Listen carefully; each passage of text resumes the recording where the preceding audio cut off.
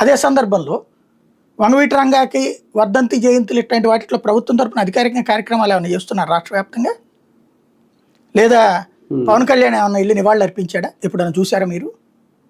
అంటే రంగాతరం అయిపోయింది. ఇప్పుడు పవన్ కళ్యాణ్ అనుకూల కాపులు 90%, ఓ 10% ఏంటంటే పవన్ కళ్యాణ్ తమని గుర్తించట్లేదు అని ఫీల్ అవుతున్న కాపులు.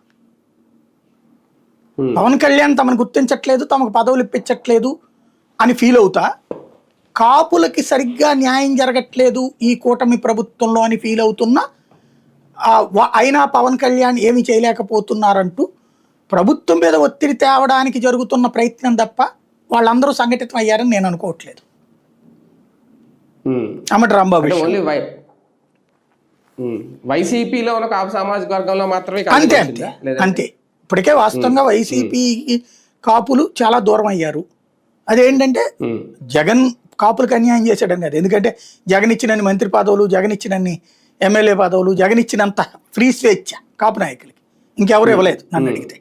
ఇప్పుడైనా తెలుగుదేశం ప్రభుత్వంలో ఏ కాపు నాయకుడు స్ట్రాంగ్గా ఉన్న టీడీపీలో ఉన్నోళ్ళు? పవన్ కళ్యాణ్కి ఒక్కడికి ఇచ్చారు ఛాయిస్, అది ఆయన వేరే పార్టీ కదా.